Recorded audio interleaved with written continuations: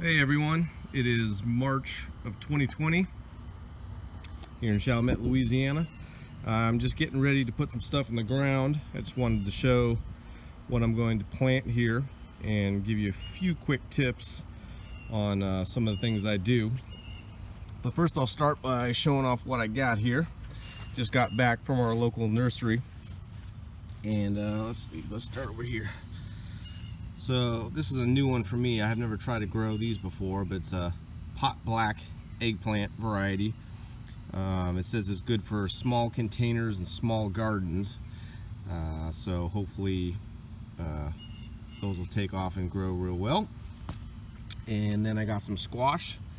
This multi-pick variety I've done before and had pretty good success with. So I got a couple of those. And I got some cucumbers here. I don't think I've done this variety before, but cucumbers that I've done in the past did do pretty well for me, so I have high hopes on that. And then this I got from one of my big box stores around here, these yellow onions. I've never tried to do these type of onions before. I've done green onions and shallots, but never these bigger ones. And $4 for 80 plants was a pretty good deal, so hopefully those should do pretty well. The green onions that I've done in the past always were real easy to do, so again, high hopes with those. And then I got a bunch of seeds. Bought some new ones from a big box store, and I just got I'd forgotten I had this many, but I got boxes of, most of these seeds are a couple of years old now, but different varieties from different companies. So I might try to get some of this going too, all sorts. And then I got my notebook, which I would definitely recommend keeping a journal or a notebook to record what you do, so you can remember what's successful, what's not. I also use it for kind of laying out everything that I plant, like in a diagram, because I don't use little markers in the actual bed with labeling everything. So I kind of make like my own little drawing of where everything is, and so as it pops up from seed, I know, what's what. So I'm gonna get to planting some of this here, and I'll check back in just a second. Alright, so the first thing I got in the ground is the multi-pick squash. I just have two, and I planted them about 12 inches apart in the bed here. They'll get, once they get full size, they'll pretty much be brushing up against each other a little bit, but they won't be too close where it's going to hinder their growth.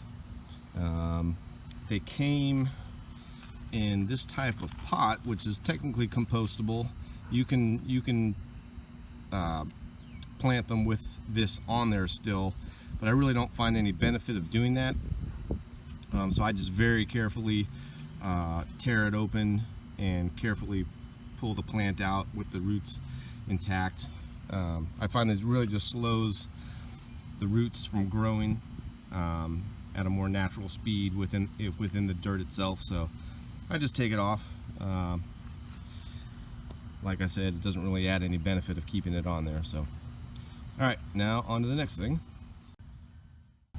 All right, going from the squash there, I decided next to do the yellow onion, and I kept enough space in between the squash and the onion so the squash doesn't, when it's bigger, doesn't start shading out and covering up or blocking the sun from the onions. So I gave that enough space. And then the instructions that came with the bag of onions here suggested about 1 inch apart spacing. So I did that, and it looks like they need to go between 2 and 3 inches deep into the ground. So basically what I did is I just literally went through and pushed my finger down and made the holes. And obviously this is not the way it's gonna stay, but I just wanted to keep it this way for the visual purposes of the video. But I'll go through now and push them about another inch deeper and then cover them up. But I did 4 rows, used up a little over half the bag. Something like this is always going to have some lower quality onions in there, or bulbs, whatever it is you're doing. So you want to pick out the better ones to plant. There was a couple in there that were moldy, but for the most part they looked pretty good. Alright, so I went from the onion and I put the eggplants next, and then I went to the cucumber. And the cucumber I did a little bit closer than maybe most people would, but once they get about 10 to 12 inches tall, I'm going to stake them and basically vine the cucumbers up and have it go vertically rather than horizontally along the ground. And then you can see I put these stakes in between each section, just as a visual sort of placeholder, so I can see about every foot where everything is. I'm just going to keep going, doing the same along until everything gets well established. Then I'll probably pick them up, but I think it's just got them laying there. Alright, next thing I'm doing here is I'm going to plant these Oregon sugar pod peas, which these are some of my favorite things to grow. I do these every year. When they are ready to harvest, you can basically eat these right off the vine. They're crispy, very delicious. You don't really need anything to go with them. I don't even cook them, I just eat them raw. They go great with dips.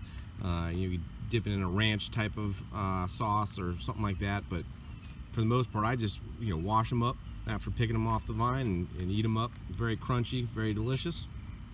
But the way I do these, or the way I'm doing it this time anyways, is I basically put up a quick trellis here. I had this old fencing just laying around.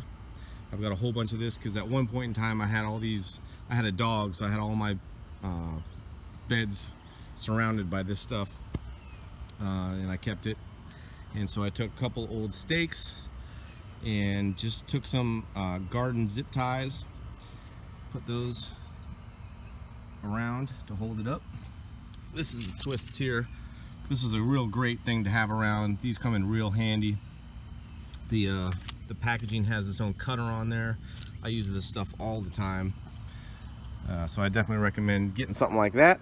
So basically what I'm going to do now is just go through and basically, again, just poking holes really. They need to go about an inch down in the ground, and I'll just go along the length of the bottom here, and then as they grow, they'll attach themselves this and just go on up and be ready for me to eat them.